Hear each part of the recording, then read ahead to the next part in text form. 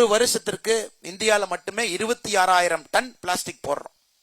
16,000 ton சுத்தப்படுத்திடுறோம். 10,000 ton ஒரு ஆண்டும் பிளாஸ்டிக்கை சேர்த்துக்கிட்டே போறோம். அங்கெல்லாம் பீச் கார்ட்ஸ், தன்னார்வலர்கள், வாலண்டியர்ஸ் எல்லாமே இருக்கிறாங்க. ஒரு ஆண்டுக்கு 10,000 டன் பிளாஸ்டிக் போட்டீங்கன்னா 10 ஆண்டுகள் அது 1,00,000 டன். யாருமே அதை எடுக்கலன்னா அது என்ன ஆகும்னு யோசிச்சு பாருங்க. அது மீனுக்குள்ள போகும், ஆமைக்குள்ள போகும். ஏன் இந்த பகுதியிலிருந்து வரக்கூடிய உப்புக்கள் அதுலயும் மைக்ரோ பிளாஸ்டிக் இருக்கு. இன்னைக்கு பிளாஸ்டிக் என்பது எல்லா இடத்திலும் சாப்பிடக்கூடிய எல்லா பொருள்ல மீன் பிடிச்சு சாப்பிடுறோம், மீனோட வயிற்றுக்குள்ள மைக்ரோ பிளாஸ்டிக் இருக்கு. அதனால் மிக மிக முக்கியமானது நாம் செய்வது அடிப்படை வேலை. 10,000 டன் பிளாஸ்டிக் கறக்குது. அதுல பெரும்பாலும் 80% மேக்ரோ பிளாஸ்டிக், பெரிய பிளாஸ்டிக்கா இருக்கு. 20% அந்த பிளாஸ்டிக் கொஞ்சம் கொஞ்சமா மைக்ரோ பிளாஸ்டிக் ஆகி உயிரினங்களுடைய வயிற்றுக்குள்ள போகுது. அதை எல்லாம் நம்ம சரி செய்யணும். ரைட்டர் பிரபாகரன் ஐயா அவர்கள் இந்த பகுதியில தன்னார்வர்கள் எல்லாம் ஒருங்கிணைத்து நம்ம எல்லாம் மோட்டிவேட் பண்ணி எதற்காக நம்ம இதை செய்யணும், மக்களால் முன்னெடுத்து மக்களால் நடத்தக்கூடிய இயக்கமாக அதை மாட்டி இருக்கிறாங்க. அதனால் நீங்களும் அடுத்த ஒரு வருட காலம் இன்னையோட வேலை முடிஞ்சிருச்சு நீங்க கிளம்பிடக்கூடாது. இன்னைக்கு சுத்தம் பண்ணிருக்கோம். மக்கள் வரும்போது இன்னைக்கு பாருங்க எவ்வளவு நீட்டா இருக்கு பாருங்க. ஏதோ ஒரு ஃபாரின்ல போய் ஒரு ஈரோ பீச் பாக்குற மாதிரி இருக்கு, அவ்வளவு நீட்டா.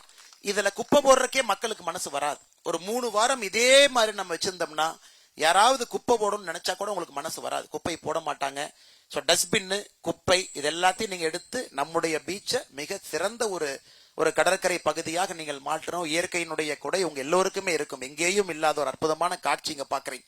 ப்ளூ கலரே 5 ப்ளூ கலர் இங்கிருந்து பார்க்க முடியுது. கடற்கரை ஓரத்தில் ஆரம்பிச்சு லைட் ப்ளூல இருந்து டீப் சி வரைக்கும் 5 வகையான ப்ளூ. எத்தனை கடற்கரை நம்ம பார்க்க முடியும்? அந்த அளவுக்கு பாருங்க அந்த மண்ணும் இயற்கையும் உங்களுக்கு இருக்குது. எவ்வளவு பெரிய டூரிசம் ஸ்பாட்டா வரணும். வரும் பொழுது கீழே இருக்கக்கூடிய மக்களுக்கு எல்லாம் எவ்வளவு பெரிய வருமான ஆதாரம் இங்க வரும். அதற்கு வீதி லீடர்ஸ் நாம் துணை இருப்போம். கடற்கரை ஓரத்தில் இருக்கக்கூடிய நம்முடைய அன்பு சொந்தங்கள் எல்லோருமே இந்த கடற்கரையை சுத்தமா வைத்திருக்க வேண்டும். 20 லட்சம் மரம் நடணும். எந்த அளவுக்கு வெப்பம் அதிகமா இருக்குன்னு பாருங்க. காலையில் அந்த அளவுக்கு இல்லை, இப்ப சூரிய வெப்பம் அதிகமா இருக்கிறது, குளோபல் வார்மிங் அதிகமாயிருச்சு. அதுக்கு எல்லா இடத்துலயும் பசுமையை கொண்டு வரணும். கிட்டத்தட்ட தமிழகத்தில் இருக்கக்கூடிய 1,07,000 ஏரி குளத்துல 50,000 குளங்கள் வற்றி போயிருக்கு. திரும்ப அதை மீட்கணும்.